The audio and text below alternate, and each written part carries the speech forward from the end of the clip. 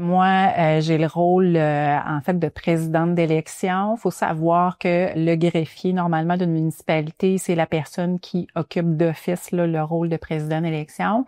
Le président d'élection, en fait, a la responsabilité de s'assurer du bon déroulement du processus électoral. Donc, du début de la période électorale, vraiment à la fin. C'est lui qui s'assure là vraiment que l'ensemble des règles qui sont énoncées à la loi sur les élections et référendums dans les municipalités soient respectées. C'est lui également qui dirige le personnel électoral. Évidemment, c'est pas un travail qu'il accomplit seul. Il y a un bras droit, il y a un bras gauche. En fait, là, dans le cadre de la présente élection, le travail se fait vraiment en étroite collaboration avec Roxane, qui est secrétaire d'élection, et Michel Fortin, qui est adjoint à la présidence d'élection. Moi, je suis secrétaire d'élection, donc en fait, je travaille vraiment comme en étroite collaboration là avec la présidente. Puis, j'effectue les tâches là qu'elle me confie. Puis je pense que c'est vraiment un travail là d'équipe là. Puis dans le fond là, je vois comme un peu au travail là vraiment de tout ce qui est la procédure, un petit peu électorale, la préparation avec c'est comme le personnel là, ça préparer tout le matériel nécessaire et puis tout là ce qui est vraiment comme un peu dans le déroulement là. C'est vraiment d'assister là la présidente dans toutes les tâches puis d'exécuter là qu'est-ce qu'elle me confie. Il faut savoir aussi que le processus électoral, globalement, c'est un processus qui est très encadré légalement. Il y a beaucoup de consignes, beaucoup de règles à respecter. Donc, vraiment, faut avoir une bonne connaissance de tout ça là, pour s'assurer que tout est fait dans les règles de l'art. Alors donc, vraiment, c'est un travail de minutie puis de rigueur également, là. Avant, en fait, je dirais le début de la campagne électorale, de la mise en candidature, il y a quand même un travail de préparation puis de planification qui est vraiment très important. L'avant-scène, c'est vraiment comme primordial pour s'assurer que tout le processus là va se tenir dans l'ordre. La période des mises en candidature, c'est effectivement une période où, dans le fond, le président d'élection est assez sollicité. Normalement, là, c'est lui qui va recevoir les candidats et s'assurer de la conformité en fait de leur déclaration de candidature. Après la période de dépôt des candidatures, déjà on va se mettre à confectionner la liste électorale. Plusieurs mois avant la tenue du scrutin, on a fait la demande à Élections Québec de nous acheminer cette liste-là. Cette liste-là nous est acheminée, je dirais, vraiment vers la fin là, de la période prévue pour recevoir les candidatures. Donc nous, on a un travail à faire en lien avec cette liste électorale-là. Dans le fond, cette liste, elle contient l'ensemble des électeurs domiciliés sur le territoire. Nous, on doit répertorier l'ensemble des personnes qui sont non domiciliées. Donc, il y a tout un traitement, là, en fait.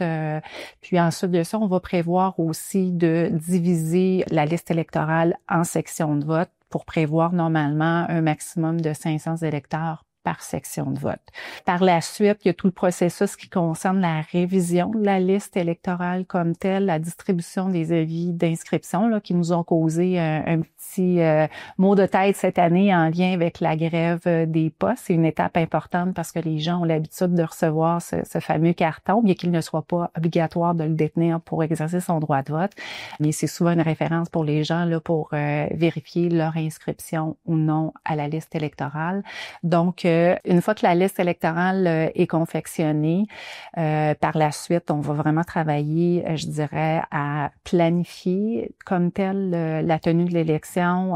Donc ça veut dire s'assurer qu'on a toute la documentation puis le matériel nécessaire. Hein. Vous voyez les hommes qui sont derrière moi. Il y a plein de matériel, il y a plein d'enveloppes en fait qui sont consignées dans les boîtes là, qui sont à l'attention des scrutateurs et des secrétaires.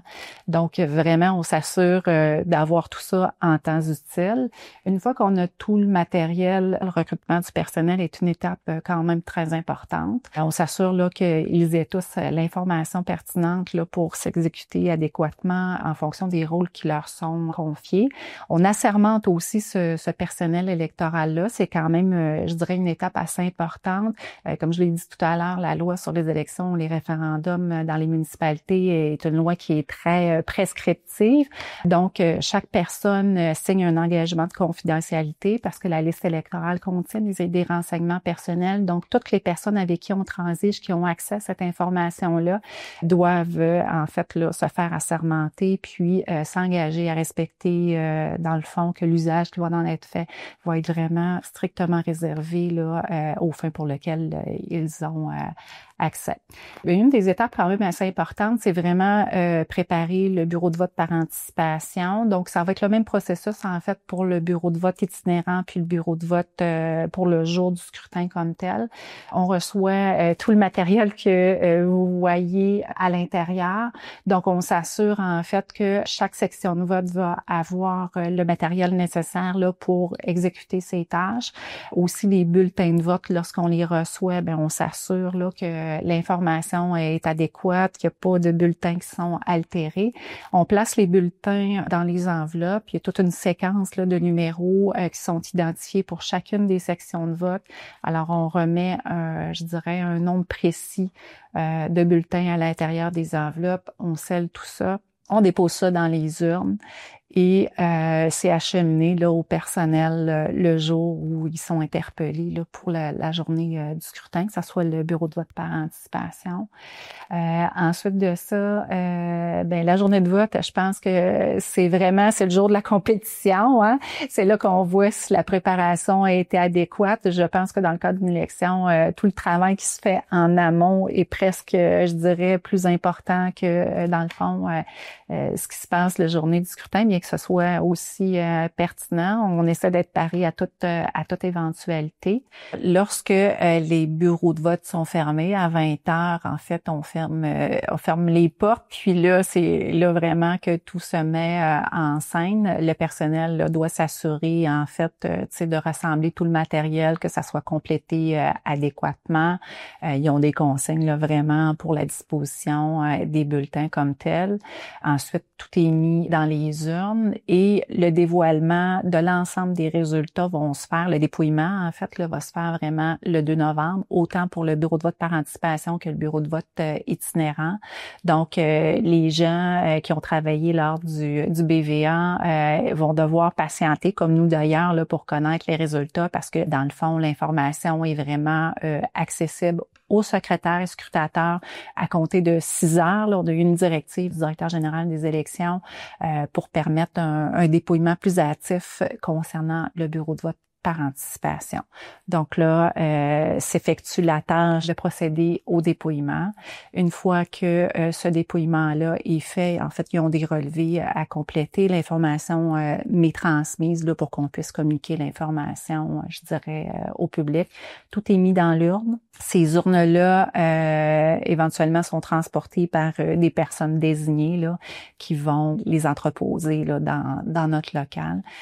Ces urnes-là, on les conserve en fait là pendant plusieurs années là, en fait là normalement jusqu'à la tenue de la prochaine élection. On va finir en théorie dans la semaine du 2 novembre. Là, on a encore des derniers petits préparatifs là, pour les proclamations puis les assermentations qui vont suivre. Là. Après ça, puis on a des choses à transmettre à Élections Québec. Là. Mais après ça, ça va terminer notre tâche d'élection. À 20 heures, on ferme le lieu de votation. Donc, c'est à partir de 20 heures là, que tout notre personnel, nos scrutateurs, secrétaires, que le gros travail débute. Donc, c'est à ce moment-là qu'ils peuvent ouvrir les urnes puis commencer à faire le dépouillement. Ils ont vraiment plusieurs enveloppes qui leur sont remis. Chaque enveloppe a une utilité, donc soit pour mettre les bulletins de vote qui ont été détériorés lors de la journée de votation. Il y a des enveloppes pour les bulletins de vote qui seront annulés lors du dépouillement. Il y a toutes les enveloppes des bulletins qui sont pas utilisés. Ensuite, fait que là, dans le fond, s'ils ouvrent les urnes, ben là, ils vont tous démêler le bulletin. Ils regardent si chaque bulletin comporte bien l'initiale du scrutateur lorsque le scrutateur a remis à l'électeur son bulletin de vote. Ils vérifient que le rond où ce qu'on peut faire notre crochet a été mis. Ensuite de ça, ben ils font le comptage, puis ils ont vraiment après ça une feuille qui est comme le relevé de dépouillement là qu'ils doivent compléter. Fait que si dans le fond nous autres on les a remis 425 bulletins de vote lors de la journée. Ils doivent vraiment balancer puis arriver à 425 là, selon tout le comptage. Donc, c'est de calculer il y a combien de bulletins qui ont été remis à tel candidat, plus, mettons, les annulés, les détériorés. Donc, c'est une grosse étape, là, vraiment, là, quand on arrive vraiment au dépouillement, là, on est beaucoup, là, tu sais, sollicité, on aide, là, aux besoins, là, tu sais, c'est important pour nous d'être sur place parce que souvent, les scrutateurs, secrétaires, là, ils ont besoin, tu sais, des fois, on va être interpellés pour les aider, puis ils ont des questionnements, puis, fait que c'est vraiment une grosse étape, là, la fin, là, de la fermeture du bureau de vote lors du dépouillement. C'est pourquoi que nous, dans nos lieux de votation, moi, je suis d'un secteur, puis, Monsieur Michel est de l'autre secteur, puis on a aussi un scrutateur en chef là qui est attitré là qui est avec nous là, c'est vraiment pour nous aider puis accompagner chaque personne dans le bureau de votation là, chaque secrétaire scrutateur. C'est important de préciser que les bulletins de vote sont vraiment manipulés par le scrutateur uniquement. Puis ça revient vraiment au scrutateur là, de décider là si le bulletin est conforme ou non. Fait que c'est vraiment la décision du scrutateur. Puis, une fois que le travail est complété, donc le relevé de dépouillement il est prêt, il y a une enveloppe spécifique pour insérer le bulletin, le relevé de dépouillement. Il est remis, il est scellé, il est remis, mettons, soit si moi je suis sur place, ils peuvent me le remettre à moi, je le donne à la présidente d'élection, puis là, on a quelqu'un là par la suite là, qui rentre les compilations. On a quand même beaucoup là, de manipulations à faire, puis donc ils ont besoin de beaucoup de temps. Là. C'est une période de stress, hein, parce que les gens attendent impatiemment les résultats. Donc, tu sais, pour les secrétaires puis les scrutateurs qui font pas nécessairement ça tous les jours, bien s'assurer en fait que les bulletins, ça balance avec le nombre de bulletins qu'ils ont reçus. Des fois, là, je veux dire, ils travaillent un petit peu sur nos gens, c'est des grosses journées. Là. Nos gens sont fatigués. Tu sais, on le demande, mettons, comme exemple, pour le 2 novembre, là, le bureau ouvre à 10 heures, mais on leur demande d'arriver 1h30 à l'avance. Donc, tu sais, ils sont présents, mettons, comme à partir de 8h30. Et ils prennent connaissance de leur matériel. Il y a des petites consignes qui leur sont données avant l'ouverture des bureaux de votation. Donc, c'est des très grosses journées. Ils doivent dîner, souper sur place avec le lunch. Donc, rendu au soir à 20h, là, des fois, la fatigue, elle se fait ressentir. Puis quand il arrive des petits imprévus ou des choses qui balancent pas, là, le stress monte. Puis c'est pour ça que c'était important, là, tu sais, comme nous, d'être sur place puis pouvoir les accompagner. Le bulletin de vote, là, du moment qu'on peut donner le mandat, nous, on donne le mandat à un imprimeur. Il y a vraiment un guide là, sur les directives d'impression qui est remis à notre imprimeur. On lui donne la quantité de bulletins qu'on veut. Le format de livret, on a le droit, c'est 150 ou 25. Nous, cette année, on a opté pour des 50 puis des 25 par simple décision que on se trouve que ça se manipule mieux. Puis ensuite, on lui demande une épreuve. Quand on reçoit l'épreuve, on valide que tout est beau. Cette année, qu'est-ce qui est différent, c'est que nos bulletins de vote ils ont des photographies. Ça, c'est un projet pilote qu'Élections Québec ont lancé. Puis le conseil municipal a adopté une résolution en ce sens qu'on était d'accord pour embarquer dans le projet pilote.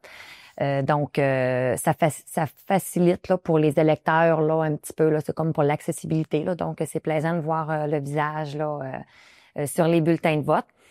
Une fois qu'on reçoit, là, on s'assure pour la livraison, la confidentialité. On a quelqu'un qui est présent pour la réception des bulletins de vote. On vérifie, puis on signe un document d'accusé-réception en ce sens.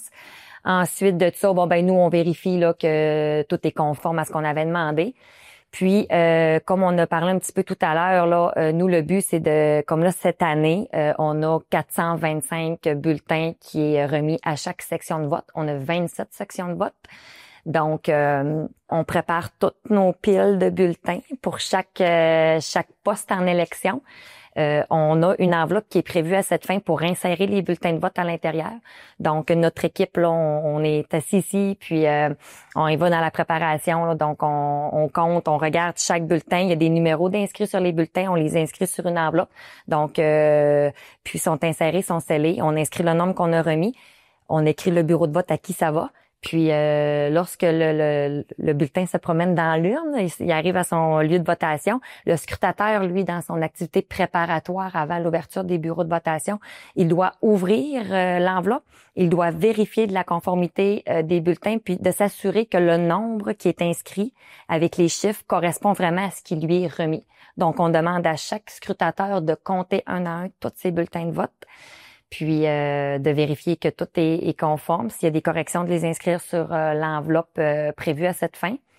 Puis lors de la journée de votation, c'est seulement que le scrutateur qui a le droit de manipuler le bulletin de vote. Il le remet à l'électeur. L'électeur fait sa votation. Il rapporte ses bulletins, il les dépose dans l'urne après avoir enlevé son talon. Puis le soir, quand vient le temps du dépouillement, le bulletin il est compté, manipulé par le scrutateur. Et il est entreposé après ça dans son urne au moins pendant 1 an. On invite les gens, en fait, à se déplacer en grand nombre pour venir voter.